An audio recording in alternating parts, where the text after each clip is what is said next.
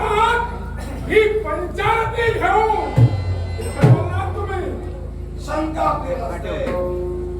हाती पंचारती घेऊन या मार्गाने जात होतो तो दंडकारण्या गंगा नदीच्या तीरावर जी विश्वाचे दंडकारण्यात म्हणे गंगा नदीच्या तीरावर तुम्ही चालला. होय. गंगा स्नान करायला निघा. नाही. मग आमची स्नान संध्या केव्हा उलगलेली आहे. आमच्या मग मनात तो हेतू आहे. त्या हेतू सफल होण्यासाठी आम्ही तिथपर्यंत जात आहोत. ते का माहिती का? हे लंकाधीश स्नान करण्याच्या अपेक्षेने नव्हे, त्या विश्वाची माया ती हेरंब जननी महामाया सांप्रच्या स्थितीत त्या गंगा तीरावर स्थित झालेली आहे. आणि त्या मातेच्या दर्शनासाठी त्या भक्तीसाठी मी निघालोय. राजे, तुम्ही एक क्षत्रिय आहात. तुमचा आणि आमचा काही वैर नाही. पण काय म्हणे हेरंब जननी मूळ माया. होय. ही महामाया त्या दंडकारण्या गंगा तीरावर स्थित आहे आणि त्याचं दर्शन तुम्ही घेण्यासाठी आलात. अगदी सत्य आहे. राजे, तुम्ही त्या मातेचं दर्शन घेण्यासाठी तुम्ही जात आहात ना, मी तुम्हाला पुढे जाऊ देणार नाही. तुम्ही पुढं जाऊ देणार नाही या तुमच्या बोलण्याचा अर्थ काय मला सांगतो? सुद्धा कळलं नाही. काय? राजे, जी मुळामुळा गंगा नदीच्या तीरावर त्या दंडकारण्या स्थित आहे ना, ही गंगा ही मूळ माया आम्ही तिथं घेऊन आलो. आणि म्हणूनच राजे, आमच्या परवानगीशिवाय तुम्हाला त्या मातेचं दर्शन घेता येणार नाही. हे लंकाधीश, म्हणे त्या मायेला तुम्ही घेऊन आलात. ती माया म्हणजे कोणी सामान्य नव्हे. या विश्वाची जननी आहे ती. ती आदी माया आहे, ती आदी शक्ती आहे. तिच्या इच्छेशिवाय एक वृक्षाचा पत्र सुद्धा हलू शकत नाही. अशा मायेला तुम्ही घेऊन आलात म्हणतात. तुम्ही माझा मार्ग पितात. मी एकच मनाने शोधाले. मी ज्या मार्गाचं अवलंबन केलंय, ज्या मातेच्या दर्शनाच्या समाजाला असतात केले, या सवलत पुन्हा होत नाही. तोपर्यंत मी मागे जाणार नाही. राजे, त्या मायेचा मी तुम्हाला दर्शन घेण्यासाठी केव्हाही रोखलेलं नाही.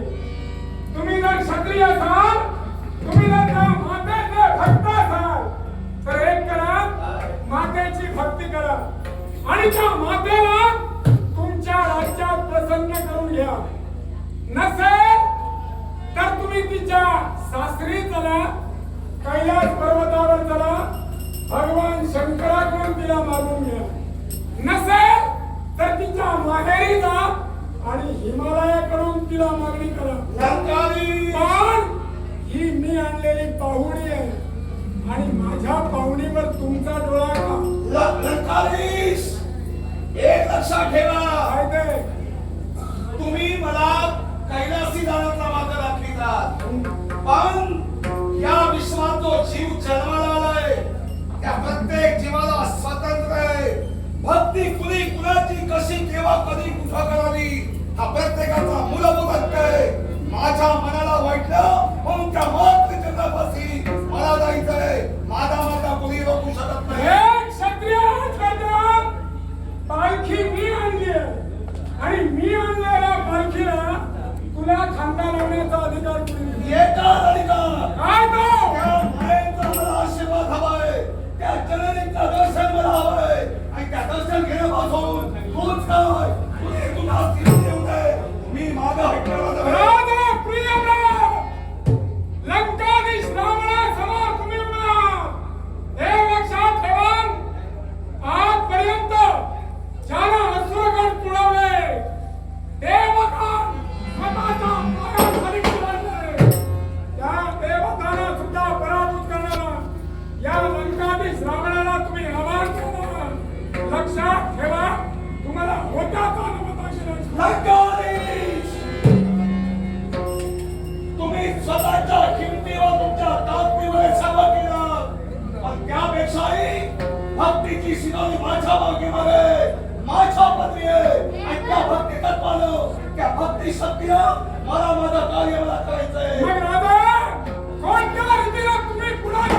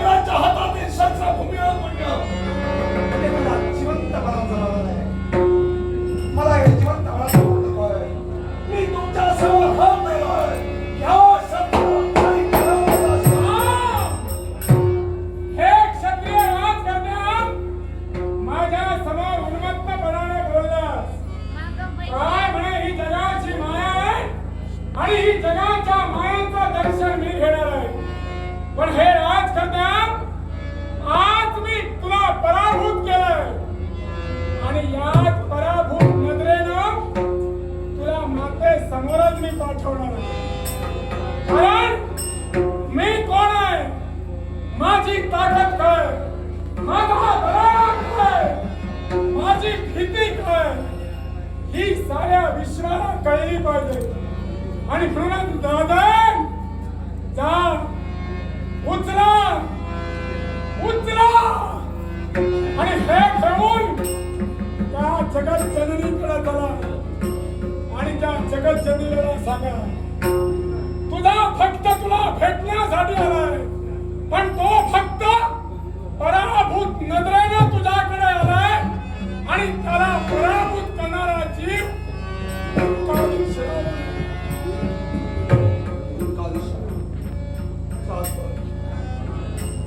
मी तुझा अंकित आहे आणि म्हणून तुझे शब्द प्रमाण मानून मी माझ्या मातेला सिरतोय.